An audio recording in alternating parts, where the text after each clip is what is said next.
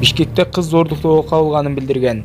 Окуя боюнча коомчулукка анын курбусу айтып чыгып, милиция кызматкерлери кылмышка шектүүнү эркиндикке чыгарып, акча үчүн ишти жаап салууга аракет кылып жатышканын билдирген. Окуя боюнча Ленин Рыйып маалымат берип, факты катталганын, жабырлануучуга тиешелүү экспертиза дайындалганын билдирген. Тергөөгө чейинки текшерүүнүн алкагында күбө катары 2003-жылы туулган жаран суралган. Кылмышка шектелип жаткан жигит видео кайрылуу жасады. Анын айтымында ага жалган жалаа жабылып жатат. 20-октябрь саат 3:00 Байкем клубка чакырган. Ал ошол күнү башка өлкөгө кетмек. Ал клубтан чыгып дагы бир клубка бардык. Биздин артыбыздагы столдо кыз 2 курбусу менен олтурган. Клуб 6-да жабылат.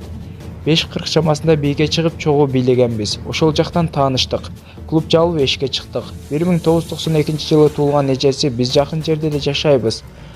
Номерлер менен алмашып алгыла. Андан ары дагы бир жака баралы деди. Мен макул болдум. Артыбыздан кыздар такси менен биздин үйгө келишти.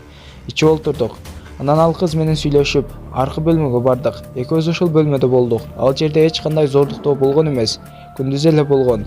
Мен аны урган да эмесмин. Чыксак эле тиги кыздар кетип жатышыптыр.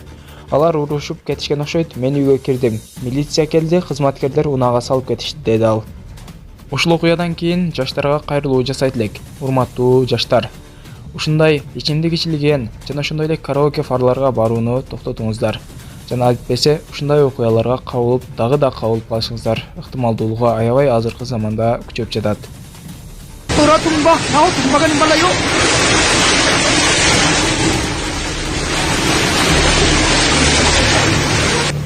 Дүйнөлүк жаңылыктар. Филиппиндеги тропикалык Наджи боронунан каза болгондордун саны 98ге жетти. Алардын көбү сууга чөгүп, жер көчкүнүн курмандыгы болушкан.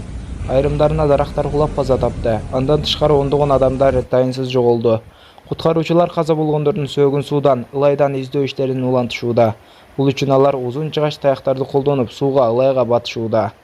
Жабыркаган аймактардан дээрлик 350 000 жергиликтүү тургун эвакуацияланган. Алар убактылуу кабыл алуу пункттарына жайгаштырылды. 500дөн ашык үй жабыркап, 150 имарат толугу менен талкаланган. Бир катар калыптуу конуштарда байланыш жана электр энергиясы менен камсыздоодо көйгөйлөр бар. Бийликтердин айтымында бороондон 2 миллионго жакын адам жабыркады. Аллах баарыбызды ушундай кырсыктардан сактасын. Бар болгону 5 секунд убактыңызды алабыз. Видеого бир дана лайк басып, жана каналыбызга жазыла элек болсоңуз, подписация деген кызыл жазууну басып, жанындагы коңгуроочону сөзсүз түрдө басып коюңуздар.